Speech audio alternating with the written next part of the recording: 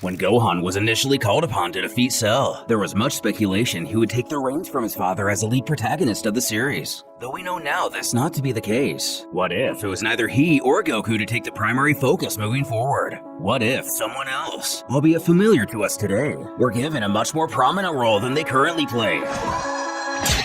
As the young Super Saiyan 2 falls to his knees in defeat, having let his own hubris get the better of him, Goku steps up to teleport Cell off the planet before he can unleash his Earth-destroying kamikaze attack. With his final words, he glances back at his son to smile he's proud of him.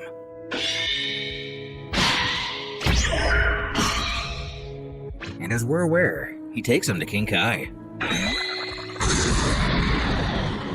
While the group floats above Snake Way, Kaiosama would alert his former student his plan failed, and Cell still lives.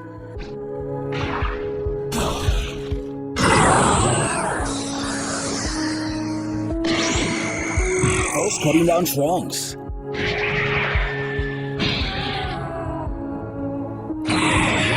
Vegeta sent into a maddening rage at the sight of his fallen son.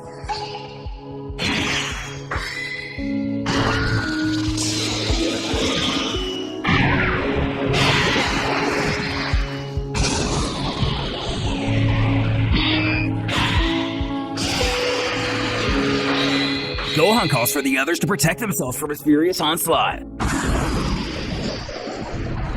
Krillin doesn't even understand how this is the same Vegeta as before. His power is far higher than he's felt previously. Piccolo reasons the anger of seeing his own son murdered before his eyes was enough to push him past his limits. He screams for Cell to reveal himself from the debris. He's not finished with him yet.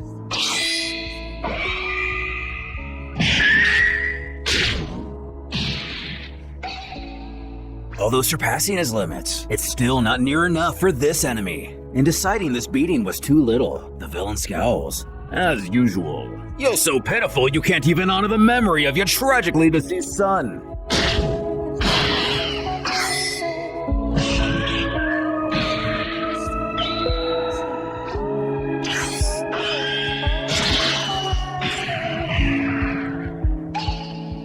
Getting one final hit on the bio-android, Cell is shocked the Saiyan was able to leave a mark. Though in the grand scheme of things, it's merely a simple setback. As here the prince lies, already half dead. His little rise of power was only the most subtle of flickers of a dying flame. Bellowing, it's time to die! Naturally, Gohan shields Vegeta from what would be a fatal blast, which their foe admits he didn't expect. Now it'll be easier than ever to do away with Gohan, now that his right arm is pretty much useless. The final beam struggle would soon commence. From Otherworld via King Kai, Goku encourages his son he still has much energy left within him, and he must unleash all of his strength. But the boy is at the end of his rope. His body is suffering too much. He apologizes to his dad. Cell is too strong and he can't keep up anymore. Vegeta can sense the same. The power difference between he and Cell is too great. This is the end. Piccolo shouts for Gohan not to give up. The Cell is set on finishing this here and now.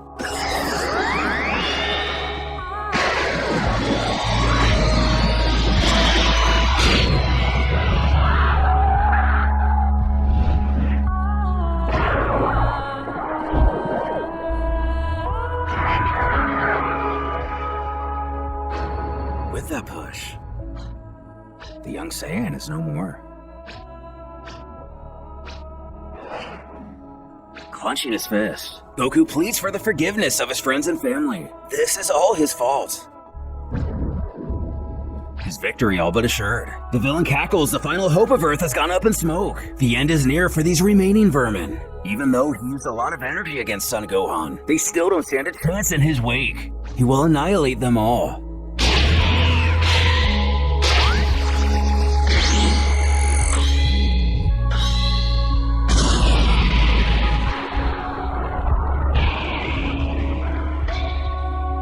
Following a single blast, all the Z fighters have perished. Or almost all of them. Cell is amazed to see Krillin of all warriors is still breathing. Quite the feat for such a fragile being. But now it's time for him to join his comrades, as something else catches his attention. 18.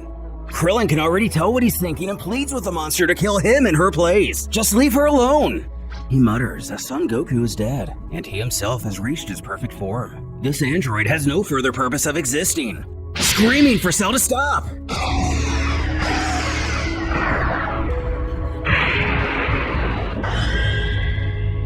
Satisfied with his most recent kill, he takes a dark pleasure in doing away with obsolete technology.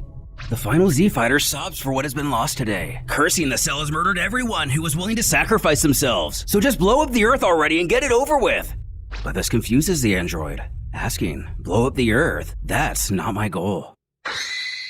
Thanks to Goku and his instantaneous movement technique, he has but entire galaxies to destroy. So with that, he'll be leaving the Earth, though not before completely devastating it and its people. As for Krillin, to lower himself to such a level would be an insult to his perfection. He will allow him to continue living his miserable existence in fear and shame, not losing his resolve completely. Krillin warns he will pay for this. With a wave, he promises they'll meet again soon. King Yama's office, at the Earth check-in station. Goku's seen pleading with Enma about something. Who beckons if the Saiyan can see he's busy? This Cell figure just decimated half the population of Earth, and now he's the one stuck with the consequences. The answer is no. Even though he died defending the Earth, the sheer number of bad things he's done prevents him from going to heaven or retaining his body. Though seeming to have some sort of revelation, he does feel the death of his young son changes things a bit. It would be a lot of work to find him a suitable mentor. He resolves to accept Goku's proposition, but at the first offense, he goes straight to hell. Our happy-go-lucky hero gleefully thanks the ethereal judge for his decision, as he spouts, "See, Vegeta? I told you!" Though even in the afterlife, the prince laments his rival still has to find ways to humiliate him, and he will pay for this. As it becomes evident, Cell may have had some foresight on his own future had he let poor little Trunks here come to age. However, Dende and Popo remain safe high on the lookout. Whether an oversight or not, the gang still have the Dragon Balls. Just as they're about to summon Shenron, Goku hollers for him to wait. He has to talk to him first. They're all in Otherworld with King Kai, and he thinks it would be wiser to let things flow naturally and accept their defeat against Cell. He would have loved to fight him again, but Kaio-sama is right. After all, Trunks came from the future to warn them about the androids. After that came an even bigger threat. It's not an easy call to make, but they're all gonna stay here. Well, Krillin is wearily in disbelief. Bulma screams at him if he's kidding. They can't leave him like this. Her baby boy and parents all died when Cell blew up West City. Stepping up to speak with her himself, Vegeta assures the boy is safe in Otherworld with him. And the Kai isn't wrong. To revive the Earthlings could alert Cell if he felt that much energy suddenly return. If he came back, there would be no stopping him and she'd lose everyone all over again. Given the Earth's warriors are gone, he doesn't think he'll come back, so she'll be safe. But with himself, the Saiyan race dies. He thanks her for everything she's done, bidding her a final farewell. Though she knows his words are true, it doesn't do anything to ease the pain. 7 years have passed since Cell left the Earth. Mankind still suffers from the devastation he left behind, but life finally resumed to what could be called a new normal. The world was at peace. With Krillin and Roshi, the news talks about how the capital of East City has finally finished reconstruction. It was the last known location to be ravaged by the monster known as Cell. The Kami student curses the android responsible for all this. His teacher quells to calm himself. He knows it's a difficult fate to accept, but they have to move forward. And he knows, he just can't shake the memory that during his rampage of West City, baby Trunks, Cell has just caused so much misery. The old-timer knows how he feels, only hoping Bulma's doing okay. But the warrior must stop beating himself up over this. Even though Cell spared him, he couldn't have done anything to prevent this disaster. Of course, if only Goku and Gohan were still here. But they refuse to be brought back to life, and they must respect that decision. When a ship zeroes in on Kame House, with that knock on the door, a terrible, dark, long-forgotten presence is finally felt. Chi-Chi, of course, who happily chorts, long time no see, asking if they're still in front of that TV. What a sad sight for two martial arts masters, of who offer a less warm greeting, one that doesn't go unnoticed. This causes her to snarl. They should see the look on their faces. They appear as if they've just seen Cell. But no, it's not that. She shouldn't be silly. They're just surprised to see her is all, wondering what brings her here after all these years. Though she knows they won't be surprised to hear she's not here to catch up or ask how they're doing. She's here because she needs their help, catching their curiosity. Roshi beckons if she has some furniture or something heavy to move. Krillin here would be happy to take care of it. But she tells him not to be stupid, as if she'd be here for such a futile manner. It's And if they follow her outside, they'll soon understand. Quickly walking out to the ship, she calls for someone to come out. Krillin is now confused what exactly she's planning to show him. But upon entering, there's only an empty bed. But Chi-Chi knows he was here just a minute ago. The pair begin to believe these hard times may have begun to take a toll on her mental state. Krillin presses that there's nobody else here besides the three of them. She's had a long journey. Maybe she should rest a bit. When the voice of a child chimes, he thinks she's looking for him. With an uncanny face and hair, they wonder if this could actually be Goku. Chi-Chi scolds Goten had her worried and to get back over here now. Who, much like his father, giggles that he just had to pee. Taking him by the hand, he fusses that he isn't a baby anymore and to let him go. As the situation progresses, Roshi now sees it must be Goku's son, though he could have sworn it was Goku himself at first glance. Krillin wonders how this could be. When his master chuckles, he must still have a bit to learn about life. The staggering resemblance to Goku must mean this little one was born only a few months after the Cell Games.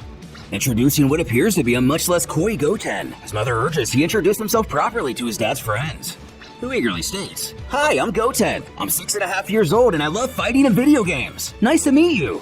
The others return his greeting, pointing out how much he looks like his dad. Chi-Chi admits that sometimes it feels like she's looking at Goku in his youth.